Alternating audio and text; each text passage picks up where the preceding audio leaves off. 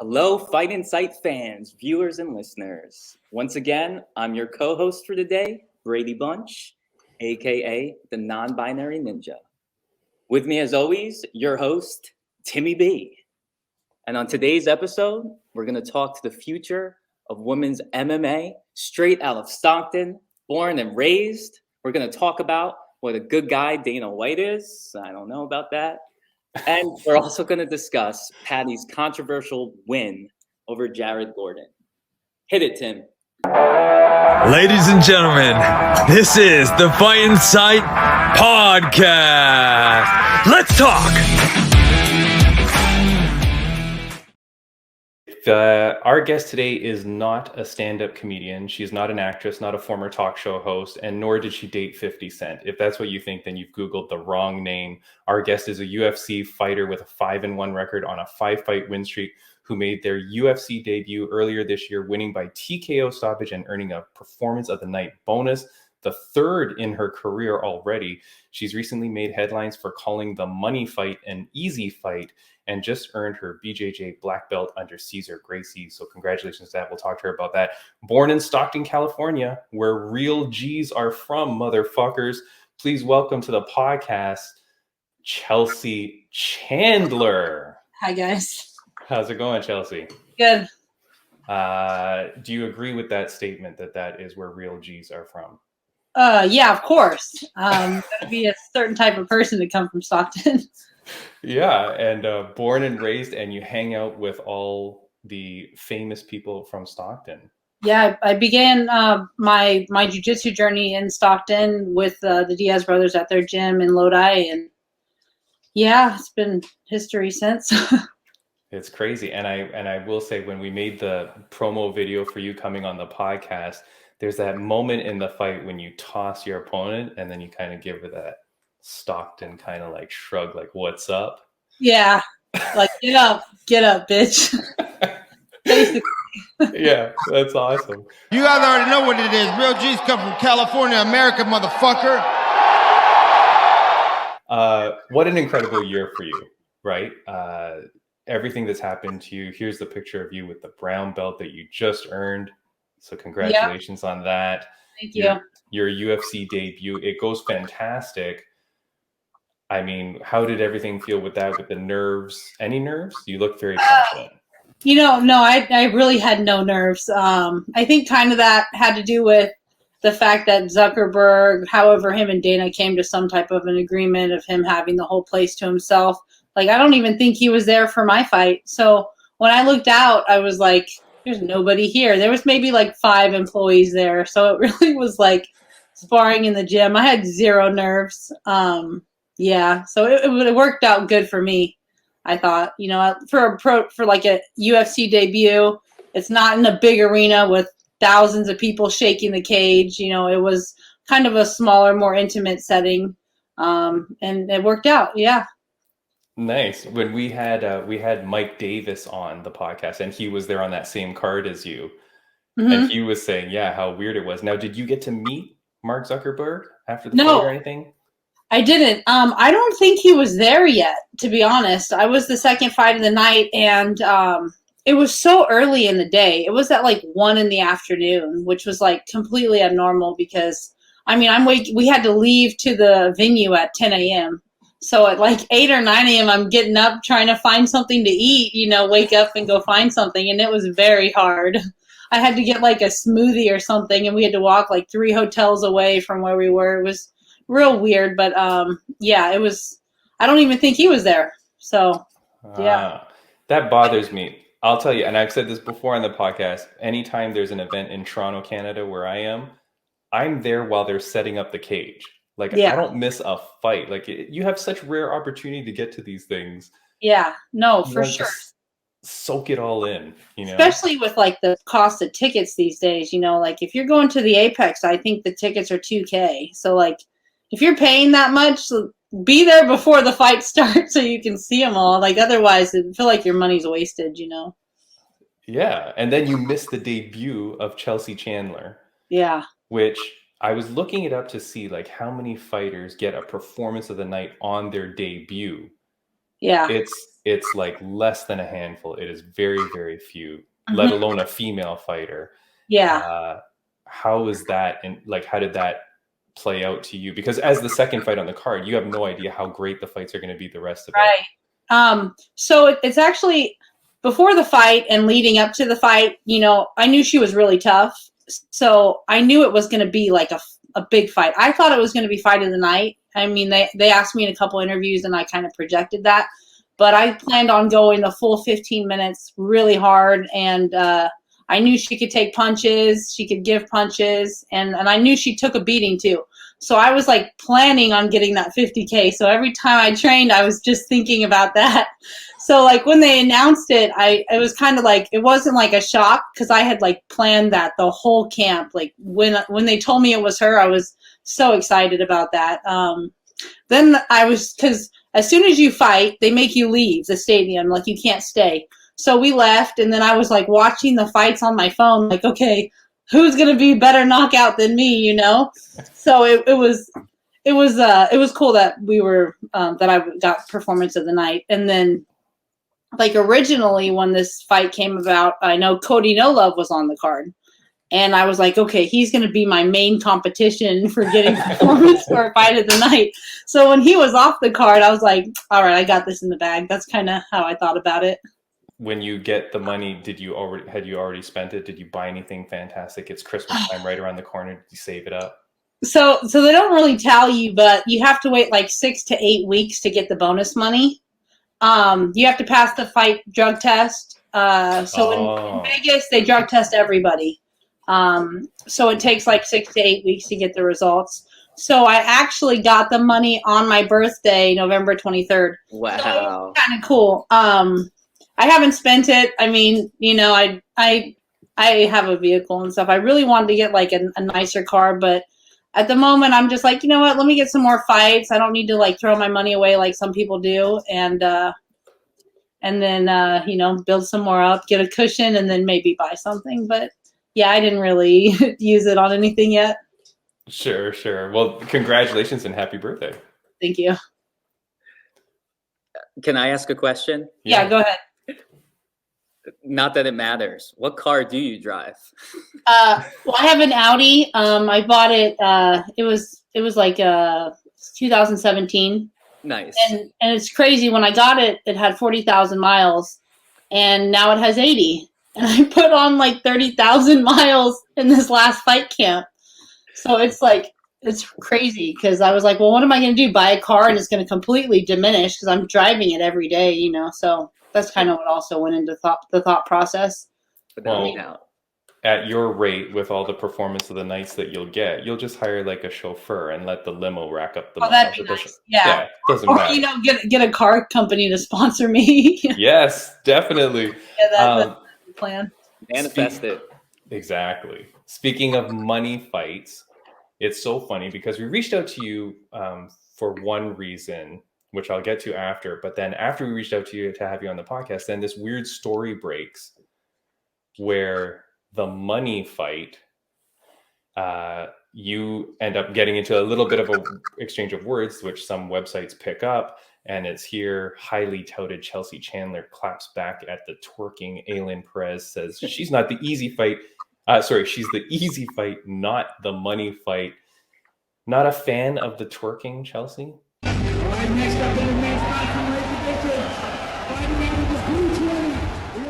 Jeez, you know, after my fight, I called out Norma Dumont, and I also called out like the twerker. Yeah. I mean, to me, she doesn't even deserve to be called her name. She hasn't done anything. You know, she's fought, I think, in Brazil.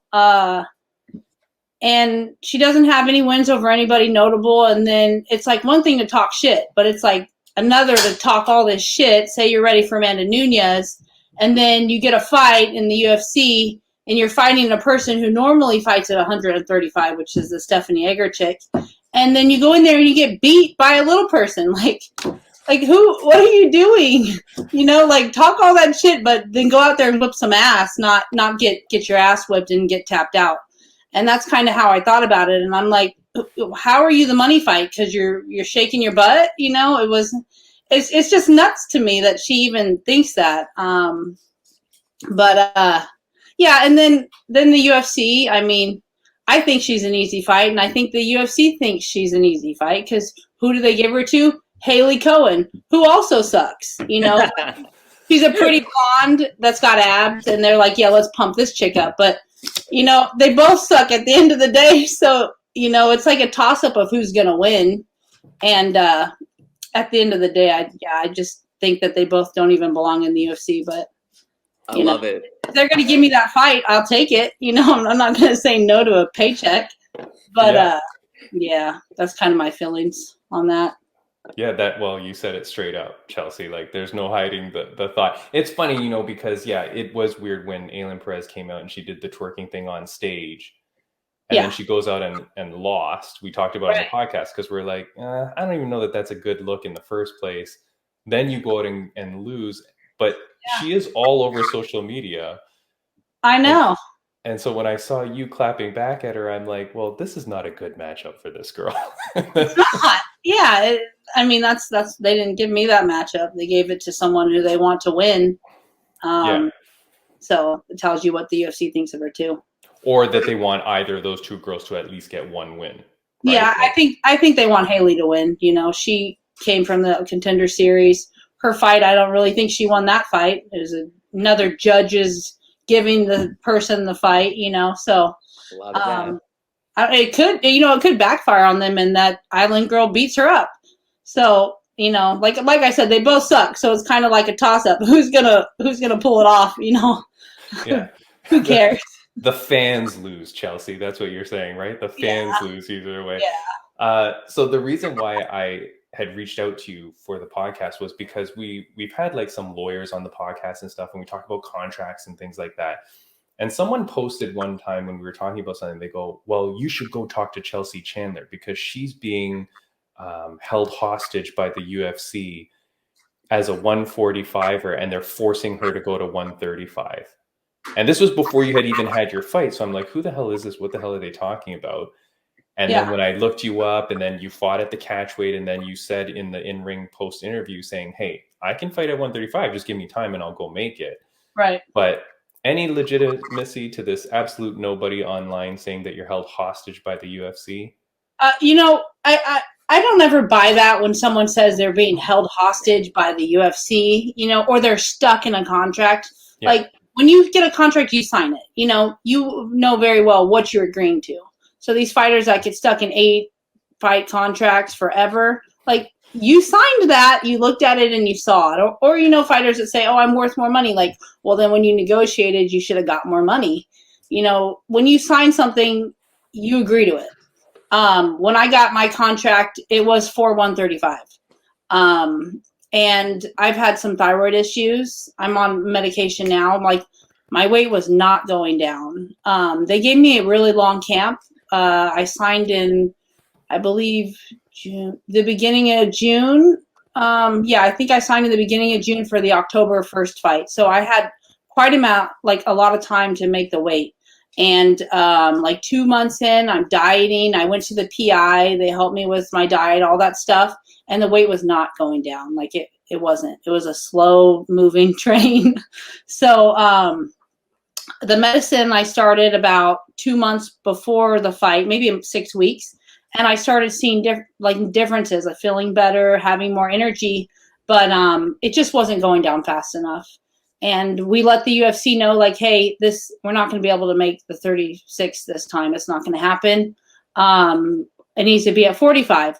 So then, like, initially, they canceled the fight for like a day. And they said, you know, we're not going to be able to change the fight. She won't fight at 45. And our next opening is probably in January. So I had a whole day where the fight was canceled. And I was like, well, shit, you know, everything happens for a reason. I have more time to make the weight. And then they hit us back the next day. Hey, can you make 140? And like, that was still a hard cut, but we did it. And now I'm sitting at a much lower weight than I was for that fight, like 3 weeks out. So I know I can make the bantamweight limit. But it's a thing of, do I want to keep pushing to 135? You know, it does hurt the body. And that's why I had offered up, like, I'll be able to fight at both. And I mean, to me, I think the UFC's cut out the 45 division because they cut it out. But it's like it's one thing to cut it out, and it's another to keep signing people to fight at 45. Island signs with UFC at 145 pounds, and she gets to go out on her debut and fight at 45. And then they say they're canceling it, but then they got that Brazilian fighting Zarin in Brazil next month at 145 pounds. So it's like you got pick a side. Are you doing it? Or are you not doing it? So that's kind of where I'm sitting. Go ahead. Do you think now we were debating this the other day, but part of me wonders if the UFC might still be thinking of bringing Kayla Harrison over. Man. I love your reaction. Yeah, I like the eye. For those on audio only, there's a visible eye roll here that I love, Chelsea, because I can't stand Kayla. I can't stand her either. Yeah, no, I can't stand that chick either. So this is the backstory in Invicta. I was offered the title back in 2018 or 19 when she went in and fought. So they told me, hey, after I knocked out that 4-0 girl, they were like, hey, we're going to give you the title. So I'm training, and then they hit me up and say, hey, how do you feel about fighting a black belt in judo? So then immediately I'm like, oh, that's Kayla. So we talked to Shannon. We were like, yeah, we'll do it. And they go, oh, well, we got Courtney King, who also approved the fight. So now Kayla's going to be able to pick. And I'm like, well, she's going to pick Courtney King because that chick takes a beating, right? So that's kind of what happened. So then after the fight, I was like, yeah, she chose the easy fight. And then Kayla was talking shit to me online, was like, oh, come on down to Florida. I was like, why don't you pull up over here, come fight me over here. So, yeah, I still got beef with her. She can come to the UFC if she wants, but she's never coming. So, okay, one interesting thing, though. I really like how because you're a lawyer or because you were trained to be a lawyer, you seem very smart, Chelsea. Like the things that you're saying, you're very aware of what else is going on. Your reaction is good. I like the fact that about, hey, if you sign a contract, this is what you've signed, right? My dad was a lawyer, and ever since I was 6 years old playing competitive soccer, you had to sign contracts. I was the only 6-year-old that sat there and read the whole contract before I signed it. You know what I mean? You get taught those things. Yeah. But I am interested. You said you signed a contract for 135. You're telling me the contract actually does stipulate your weight class? So the fight. Okay, so we I'm agreed. Just curious about that because I've never. Heard that. So the bout agreement you sign is at 135. So we signed a UFC contract. I don't think it's stipulated the fights will all be at bantamweight. Yeah. That's what I mean. General, fight. But then when you sign a fight contract, it says at bantamweight 135 plus 1 pounds. So I signed. Originally to fight Leah Letson at 136, and then she pulled out from some type of injury. Who knows why? Okay. No. Sorry. I mean, the first contract. Not I don't think so. Yeah. So your contract is just with the UFC for X number of fights. This is your pay.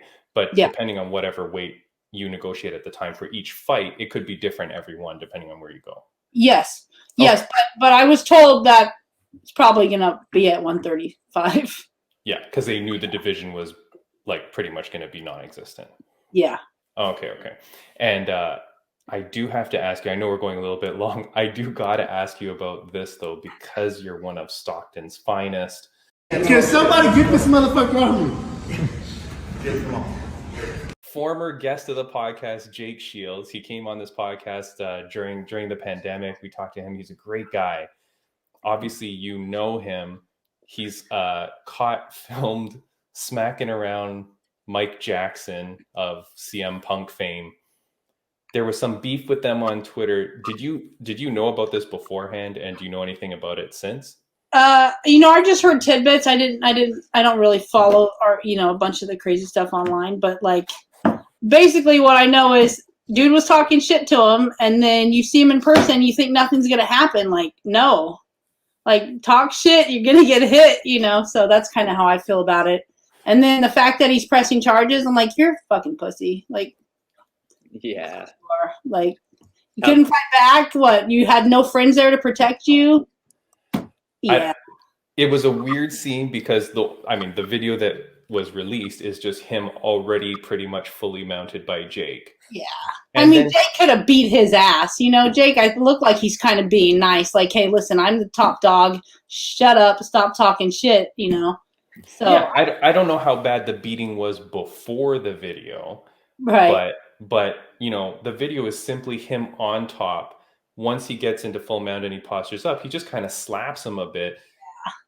I mean, I don't know where you come from, but that's not necessarily an assault in my books. Yeah, exactly. No, it's just he's sitting on top of him like, listen, I would maul you in real life. Like, stop talking shit. And that's it. And yeah. It's funny though that, you know, you got these fighters nowadays these fighters are only tough in the cage, you know. They are not tough in the streets. They know how to go in a cage and shut the door and fight, and that's all they can do. And you or they get out of the cage and they just want to sue you and get your money. So It's you pretty. gotta be careful as a fighter too. Like, you can't even touch nobody out there because they're nuts. Like, yeah, I'm gonna press charges against you. Like, come on. I mean, it's kind of crazy because when you're talking, like, it's one thing if you got into a fight with someone at a bar and they start talking a whole bunch of shit at you and then you attack them and then you get charged. But he's talking about like all the stuff that he's blasted on Twitter that Jake would, if this were to ever go far, he'd be able to show all that stuff and go, well, this is how this guy like essentially was like assaulting me verbally. Yeah. Like, Yeah. that's why this guy deserves it. And I mean, I don't know if that's a legal defense, but you know. Yeah. Now, two last questions before we go. Because you were studying to be a lawyer, was fighting, I know we read, Braydbunch, you were saying that we read that Chelsea studied in Tiger Muay Thai in Thailand. Yes. So fighting was not always your path in life? So I went to school in Florida. I double majored in business law and business management, and then I minored in English. And, you know, I was always like, you're going to go to college. You're going to be the first one in the family to go to college. So that's kind of what I did. But after my first year, I went to Tiger Muay Thai, and I lived out there for a year. And I went 5-1 in Muay Thai. So, I mean, I loved it, you know, and I think it takes a certain type of person to go out there and want to get punched in the face. So then I was out there and I was like, you know, I got to finish what I started. So I went back, finished school, and then came back to Stockton and just started training in Lodi with the Diaz brothers and Victor Galvin. And that's kind of what happened. And it was kind of weird. Like, I was training every day and I wasn't going to fight because I think I'm like 24 at the time. And I was thinking, you know, I'm getting older. Like, should I fight? And one day Nathan was like, hey, are you going to fight? And I was like, man, I don't know. I think I'm getting old. He's like, no, you can do it. You know, I've trained with Rhonda. You can hang with her. You should do it.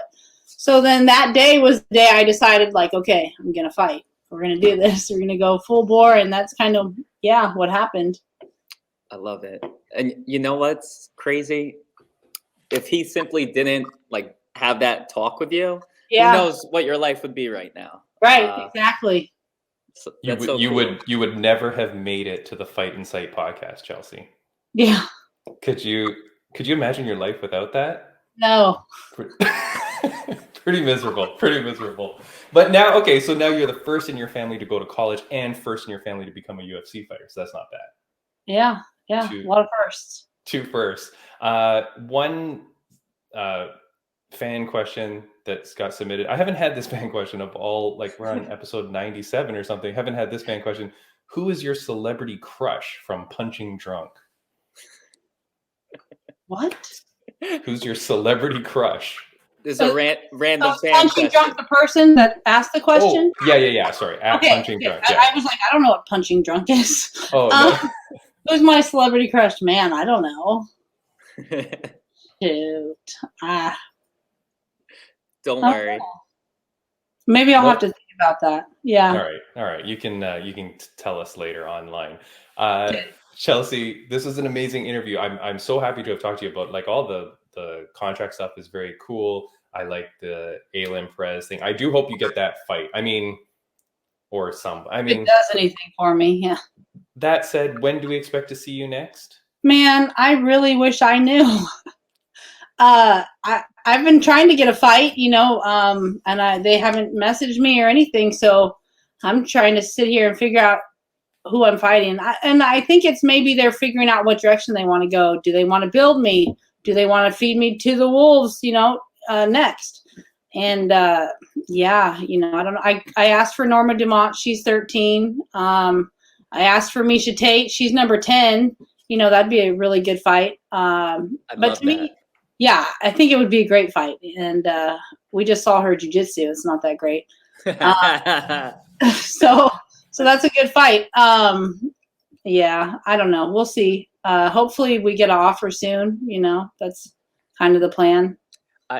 I honestly, I'm super excited to see you fight again because I just have this feeling you are gonna make so much noise, and I would love to see you fight for the belt. Like, no, me too. Just the way you talk about the other competitors, yeah, I love it because I know that like the confidence is real, and and I guess because I know you probably have to go. My one question is, if you had to say the top 3 female MMA athletes that you respect, talent-wise, who would you say? I'd put Ronda Rousey, I think, at first, because the way she went out wasn't great, but the way she came in and took over and dominated, and she went out there and she wasn't shaking everybody's hand and she was being serious, and you look at her, she's the one who made the most money. All these other chicks are out there shaking each other's hand and hugging, and they're making shit and they're stuck in contracts because they suck. So, Ronda, let's see who else is there. I like Kat Zingano. She went out there and tried to hand it to Ronda. It kind of backfired, but she was always no nonsense out there too. Yep. Who else? Let's see. Ronda. Those have only been my 2 that I like. So, out of curiosity, what do you think about Amanda? She can get it. All right, that's how I love it. She's in my weight class and she's in my organization. I'm not gonna say that I respect her because she can get it. So I love it. Yeah. Chelsea, you're so badass, man. I'm mad that with your attitude and your personality that they didn't put you on a card that didn't have more fans. So the next card you're on, do not have it in the Apex. God damn it. Get to a place where there's a big crowd. I want to see you in front of a big crowd so that you can, have the full media day experience. Yeah. Get an amazing win and then yell and speak to the crowd so that they can find out who you are. And then that's how the UFC knows that they can push you. Right. Yeah. March 4th is a big pay-per-view in Vegas, and that would be really nice. Yeah, that's kind of what my fingers are crossed for too. So yeah, that's what I'd like. That would be nice. It'd be perfect timing, and yeah. All right. Well, we hope you get that news, Chelsea. Before we let you go, is there anything that you want to say to fans, viewers, and listeners? Follow me on Instagram, Chelsea Chan 209, and yeah. Yeah, I will put that up for the remainder of the podcast when you're gone, but I'll have it down there. Yeah, at Chelsea Chan 209. Chelsea, thank you so much for joining the podcast. We hope that you come back again one time, and appreciate your time. All the best. Merry Christmas. Happy New Year's. Merry Christmas. Thanks for having me. All right, take care. Bye. So amazing. She's so chill. Cool. Yeah. So cool, man. And the way that she's like talking shit about the people. I loved it because I feel like she can back it up. Yeah.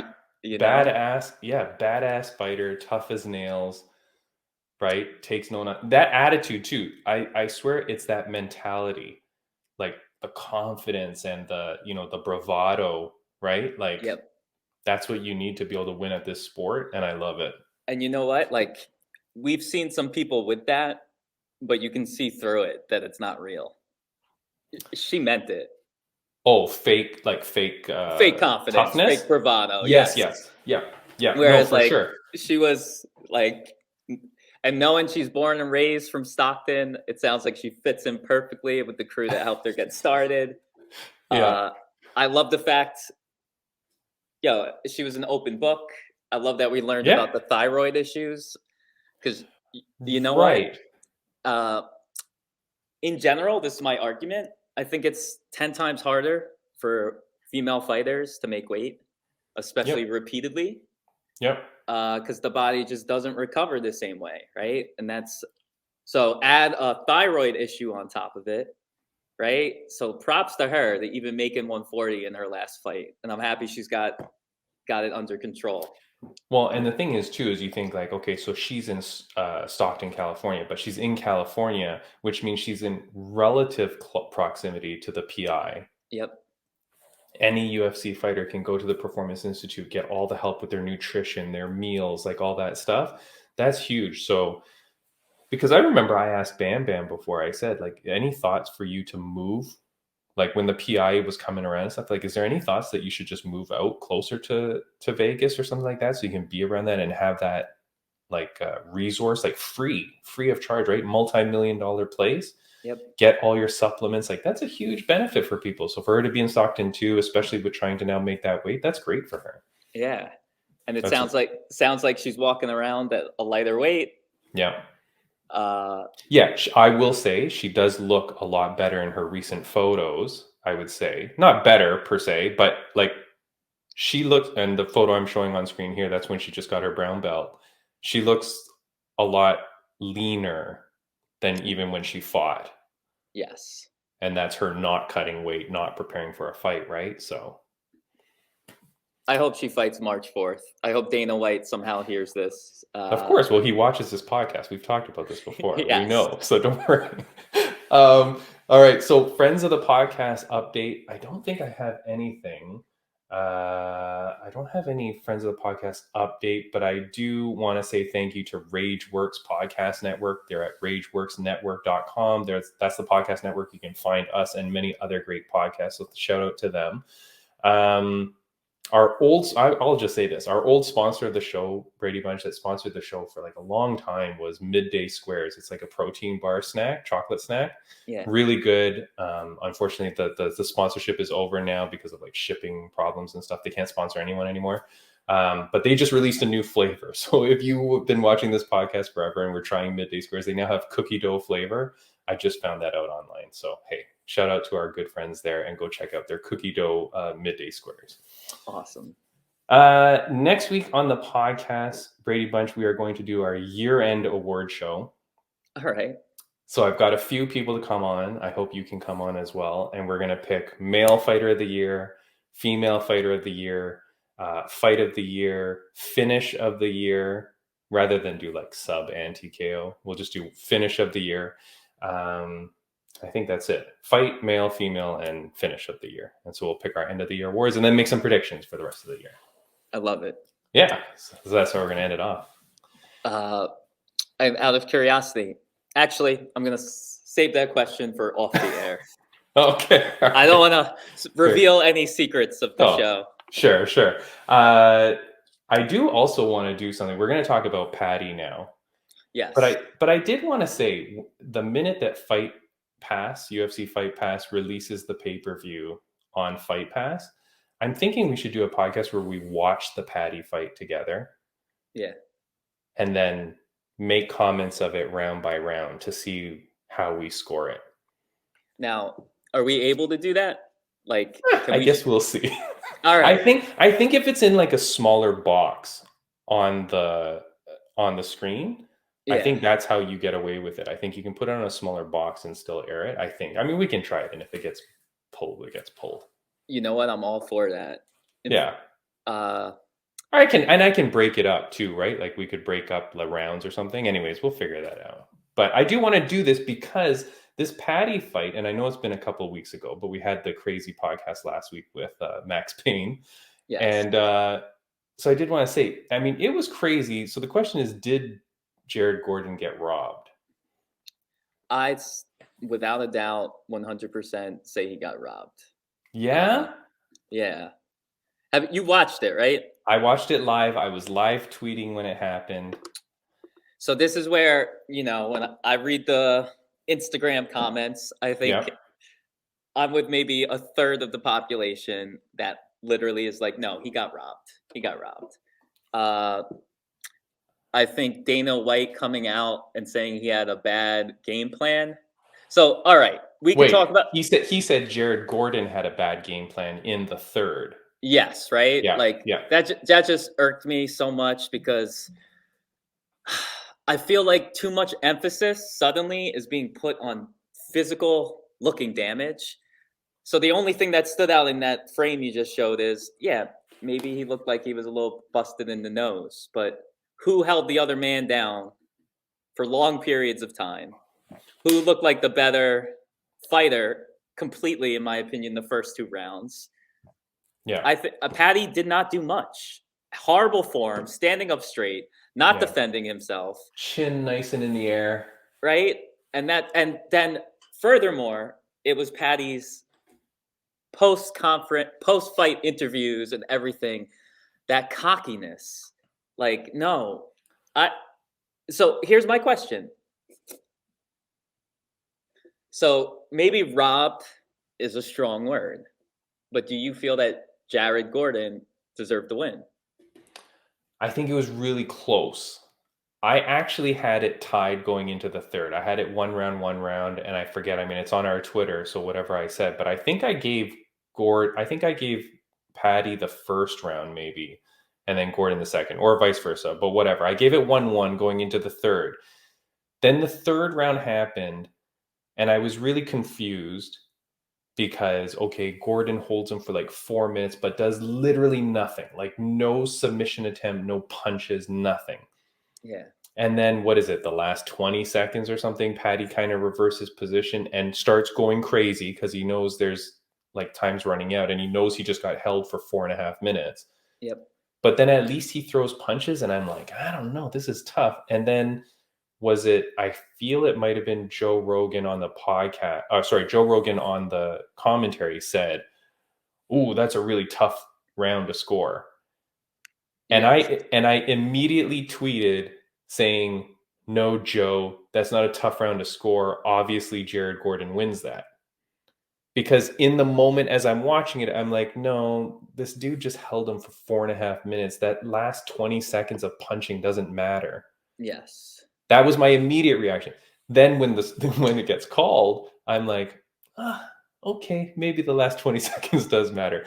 Like, I'd have to watch it again to see, but I pity the judges who are getting murdered on this because it was close. Like, because I could have easily given the first and second to Paddy. I could have easily given it both to Jared, in which case the third round doesn't even matter and we don't even have to worry about that. See, but when I think of close, did you see, I'm sorry, ADHD moment, this weekend, main event. Cannonier and Sean Strickland, yes. Mm-hmm. To me, that was pretty close. Yep. Right? Like, that was close. Right. Where I could have, in my opinion, could have kind of gone either way. Yep. They should have tried more on the ground or whatnot, right? But yep. To me, that was close. With Paddy, keep in mind, this fight was being marketed almost like to make Paddy a top 5, top 10, whatever, right? Yeah, yeah. I look at it almost like a title belt in the sense that you need to clearly win. And who was, in my opinion, the favorite going in? Who was set up to win? Who was expected to win? Paddy. And that's where it's like, hey, if you didn't put on enough of a dominant performance, and in my opinion, were more handled than you did handling, like that's it for me. But I do agree. Rewatching it, I'm sure I will feel like it was less of a robbery. And at the end, I agree. Like, I think what's-his-face was playing it safe. But that was okay. But that was weird because the one moment that I saw between round 1 and 2, when Jared was in his corner, I remember Jared said something like, "I lost that round," right? Or I feel like I remember Jared saying something to his corner around the lines that he wasn't sure whether he won. So that's why I don't know that he took it safe in the third, or if he just thought this is how I'll win the third by just holding him. But interesting. I don't know. It's weird. It's so funny that you're saying you might watch it back and think if it was less of a robbery, and I'm thinking I'll watch it back and think it's more of a robbery, right? Like, yes. I don't think anybody's confident. And the thing is, too, I saw online people were complaining about the judges. I'm like, well, wait a second. Remember, the judges are supposed to fill in the score of the round after the round is done. They don't wait till the whole fight is done. Like, they hand in their scorecards at the end of every round. That's what I learned. Interesting. So it's not like they could even, like, they just have to go, okay, how did that round go? Okay, I think that guy won. And then that's how they put it. Like, I don't know that they're planning it out. Like, I know what you're saying. You're thinking like, oh, is the UFC kind of guiding this guy? But I mean, that's to say that the judges are on the take and stuff. See, I think our buddy Max Payne Griffin made a post referencing one of these judges. And this is the one thing I'll say, and I think this is the vibe a lot of people are saying. Maybe it's not so much like rigged, right? But maybe it's that some of these judges just know how much more they will be in Dana White's graces. Oh. If they like, because some of the scores there's too much of a gap sometimes too. And that's insane.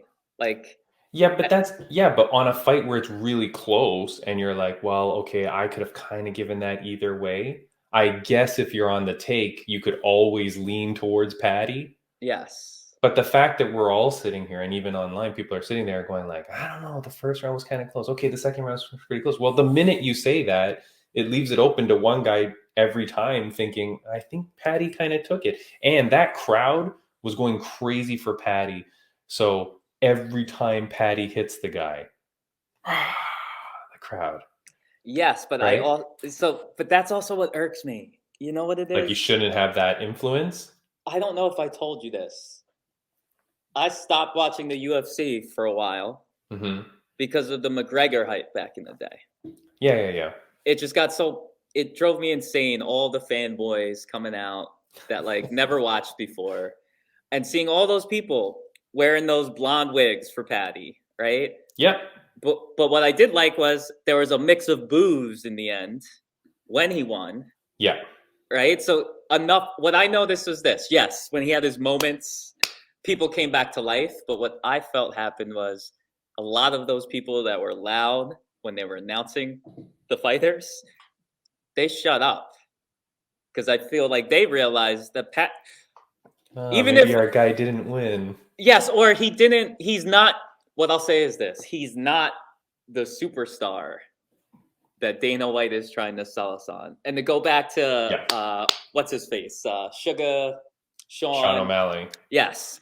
Like, that was controversial, right? That was controversial. But in my opinion, he did so much more work and damage in that fight that, like, I feel bad for Yan or whatever, right? Yeah. But, like, yeah, I don't know. I'm sorry. Maybe I'm a Paddy hater now. Hey, like I said, join the bandwagon. My former co-host of this podcast was a massive Paddy lover, right? And I couldn't stand him. I remember we'd be on Filipino TV and he'd be talking about how amazing Paddy is. And I like went on a tirade one day going, Paddy sucks, get him out. Like, I did not like him from the get-go.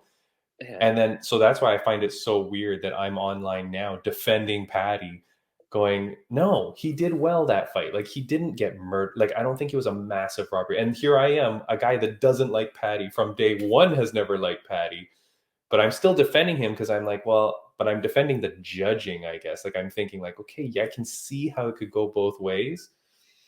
Anyways, it's a weird one. Let's move on to, we'll talk about it again. And again, we will try to watch the fight. Maybe I'm going to see if we can do that. I got to research and see if we're allowed to do that. No problem. An interesting thing here was after that same pay-per-view when Yan and Ankalev do not go to the draw and no title is made. Yeah. Immediately, Dana White makes the call. Apparently, while they're still in the cage, essentially, Dana White makes the call, books Jamal Hill versus Glover Teixeira for the title fight in February. So I'm just putting up a quick picture, right? Jamal says, UFC called me quick as hell. They hadn't even left the cage yet. I think they were talking to Magomed in the octagon when they called me. I said, yes, all of that. I'm looking up, and then he's walking out. So then people start getting mad saying, well, Dana White says he doesn't make fights on the night and blah, blah, blah. And I'm saying, wait a second. this is great that he did that, because he knew the minute he goes backstage, the media is going to be like, well, what now? What now? And you can't have him just sit there and go, I don't know, we'll think about it. It was very cool, I thought, that he was able to right away say, look, here's the next title fight. Got it booked. And in my opinion, it's a pretty damn good fight. Glover versus Jamal Hill. I like that fight. I do too. What do you think about them making A, that fight, and B, that it was so quick? Does it bother you at all? The only reason why it bothers me slightly is I just feel like what's-his-face got screwed over in that match. Deserved the win, in my opinion. Who? Ankalev? Yes. Yeah? Okay. So, like, I just feel bad for him. So I think he deserves the next, whoever wins in this next fight, he should get, in my opinion. Yep. Because I really felt bad for him, because he thought he was getting that belt. So once again, though, depending on how you score and look at it. Yep. But the end, right? Like, it just, but yeah, so no, I'm not upset. And I think actually the more exciting fight for the fans is the next one. Yep. I think it's a better fight with better personalities. And it's in Brazil, right? It's in Brazil. It's a better story because Glover was the former champ anyways. So why not? And the two guys are going to put on a good show. They're good characters. And here's the thing. If you waited for Ankalev, I am saying that name right? That is his name. I'm so bad with names. If you did have to wait for that guy, what if he said, oh, I need to wait 6 months or something? Well, now you've got no title for another 6 months. Like, at least this way, hey, within 2 months, we're going to have a champion. God forbid it's a draw. But in 2 months, we have a champion. And then within the 6 months, this guy can then, like you said, fight for the title next anyways. Yep. So it just gets the division moving, and I feel like it's okay. So I really like Dana for this. So when Dana's watching this podcast, like, we've stuck up for him multiple times today. So I feel like we're on our way to being on the Fight Pass. What is it called? No. Yeah. UFC Fight Pass podcast network. We're going to get on that one day. And awesome. Can you imagine? They have a lot of podcasts on UFC Fight Pass, by the way. So we can get on there. But what about poor Anthony Smith? He's at the desk. You know the story? Mm-hmm. So he's at the desk doing the media stuff. Like, he's at the desk as one of the news anchor guys. And he hears it in his microphone like seconds before it's announced. Because he gets pulled from his March fight with Jamal Hill. Now, he might still be fighting in March. We don't know, but it's not going to be against Jamal Hill, and it's not for the title. Yeah. But the internet was quite abuzz with going, well, they treated this guy so badly. Well, he shouldn't have to hear the news like that. What is your thought on that before I give you my thought? Anthony Lionheart Smith. Feel bad for the guy? No. Okay. Why not? See, I'm such a hypocrite. Or not a hypocrite. No. I realize that, like, I make certain comments about certain fighters, and then I'm like, I give others the pass. He should be tough enough to take that news. He should be willing to fight. If I was him, push the fight for March, a different fight. Yeah, of course. And then literally make something happen by getting screwed over, be a company man. That's how I look at it. Yeah. So, okay, I'm on your side 1,000,000%. First of all, I think you're doing the job of the commentating role. You need to remove yourself from being the fighter at that moment. And I know it's tough. Yeah. But hey, that's your job. All the other people on the panel didn't know that a news was going to happen. That's what happens when you're a news anchor. Like, things happen, it pops up, and you just have to deal with it. Yep. Yes, it's really weird because it's you and all that, but hey, you still have a great platform. And like you said, you could have played this up. Like, hey, I'm a company guy. Hey, this happens, blah, blah. But guess what? Jamal Hill, Glover Teixeira, I'm coming after you. Dana, give me a fight on that same card. I'll earn my spot. Blah, blah. Right? Like, use it to promote yourself. Use it as an opportunity. Instead, I see him on Ariel Helwani's podcast, and he seems like he's talking a little bit mopey. And again, I didn't watch the whole thing because I'm not a huge Lionheart fan, but he's talking a little bit mopey. That's definitely the angle of the clips that I get. Yes. And I'm like, dude, you're Lionheart.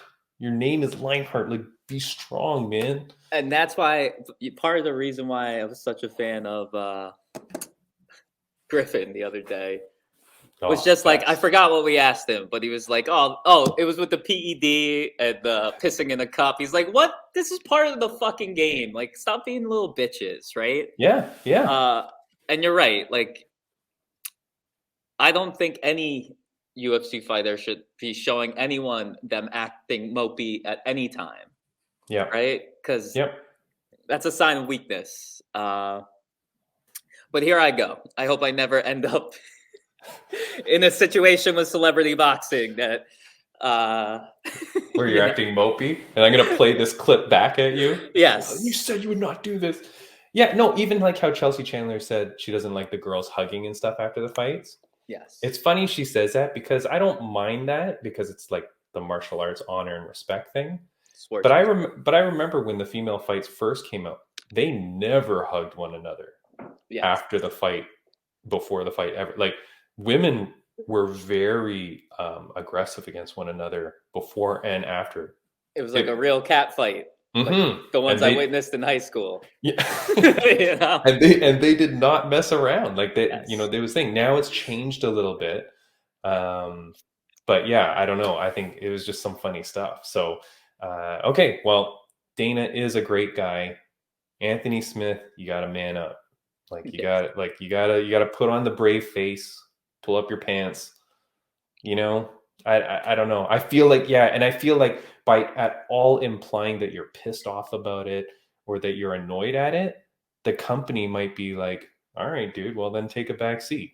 We'll find someone else who's going to be a little bit better and a little bit more supportive of us. Yeah. Like, there's no way Anthony Smith is getting the title shot. And that's what I was confused when people were complaining about it. I'm like, do any of you think Anthony Smith deserves the shot? No, he doesn't fucking deserve the shot. No way. So I don't know what you're complaining about. They had to pull someone, and Jamal Hill is a goddamn, he's like a superstar in and out of the cage. Like, he's so funny. Like, his Instagram, he's great.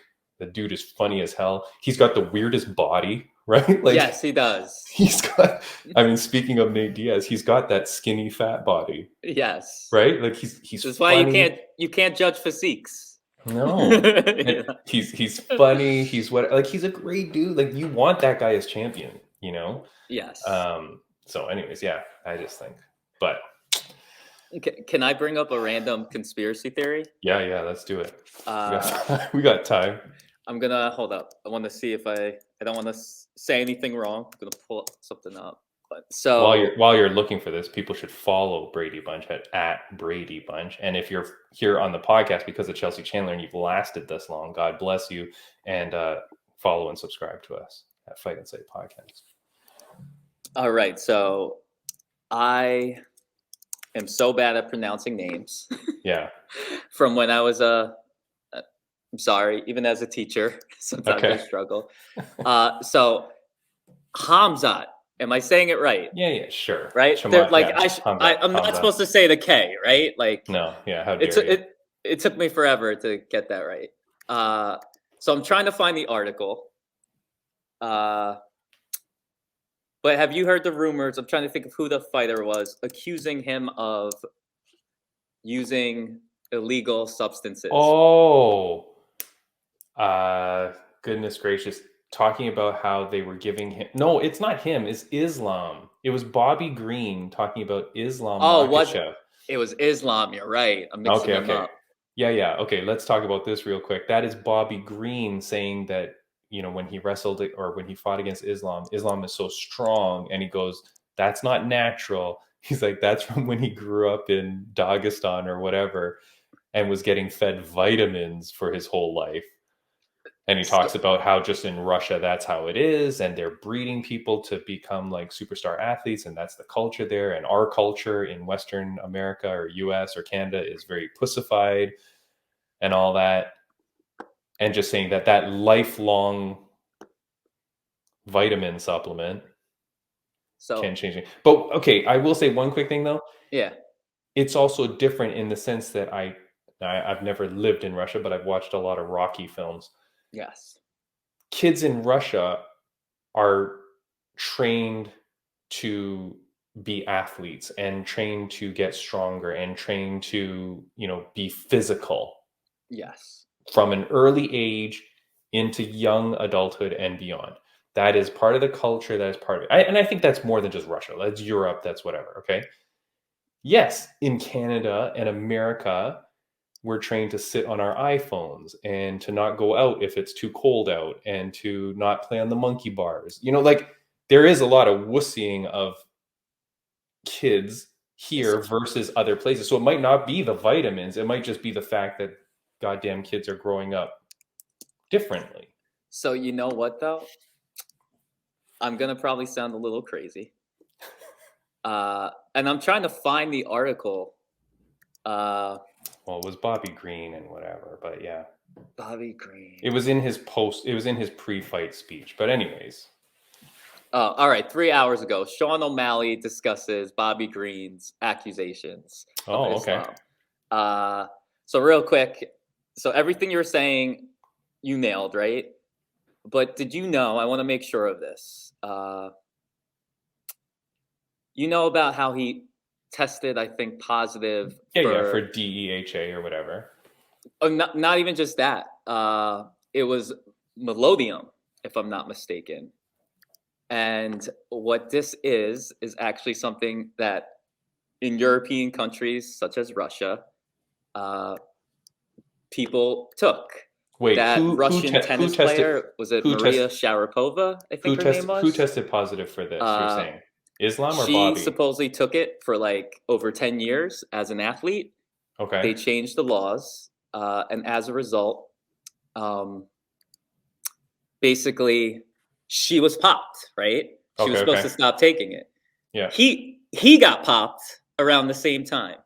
Who got popped? Islam. Right? Oh. Now he claims, right, the UFC or the sanctioning body, whichever one it was, passed a rule that if it was between this date and this date, they're going to let these athletes off, right? Okay, yeah. Supposedly he had claims of a heart arrhythmia, all that type of stuff, right? Mm-hmm. But if you look up the uses of this medication, they actually found out in like the last Olympics or 2 Olympics ago, it was some crazy percentage of athletes had it in their system. But right? What kind of athletes? Russian athletes? Or Multiple everyone? Nations, but in particular, Russia through the roof, right? Yeah. And keep in mind, they got banned from the Olympics because of their state sanctioned PED program, right? Right. Yeah. If you go and study the early Germans, the early Russians, they've been feeding athletes vitamins that were really all forms of stuff. So my opinion is this: supposedly it helps with endurance, helps almost like EPO. Part of me wonders if he is speaking some facts that if Bobby is speaking facts. Yes, that a lot, because let's keep it real. Who's dominating the UFC right now? Athletes from where? Yeah, Canada. Right? No, yeah, I got it. Yeah. No, right? I'm just saying because I love Bobby and I don't want him to get murdered for, outing some sort of political, scandal. Yes. I also think it's the fact that the way they're bred and forget the vitamins that they take. It's what they do day in and day out. I guarantee you take a grade 1.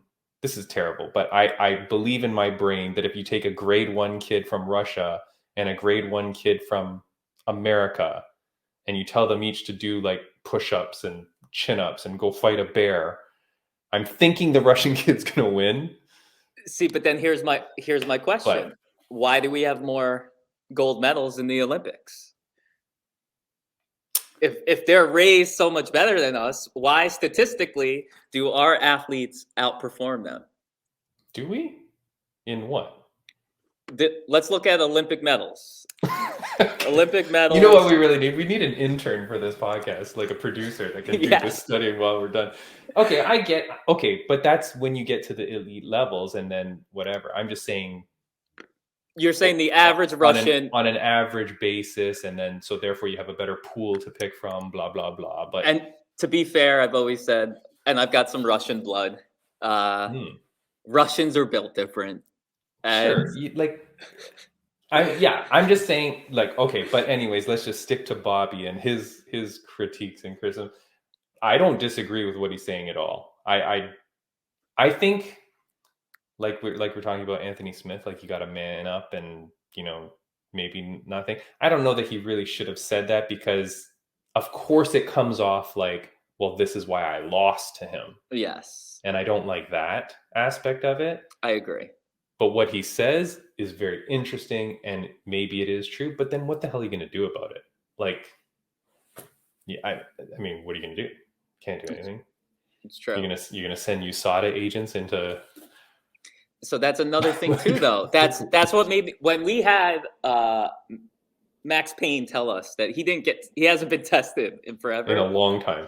It made me think about these athletes in like Dagestan, right? Like, there's no way they can probably even track them down over there, right? Yeah, you're gonna send grandma and grandpa that visits Max Payne. You're gonna send them into the Dagestani mountains. Like, yeah, it's not gonna happen.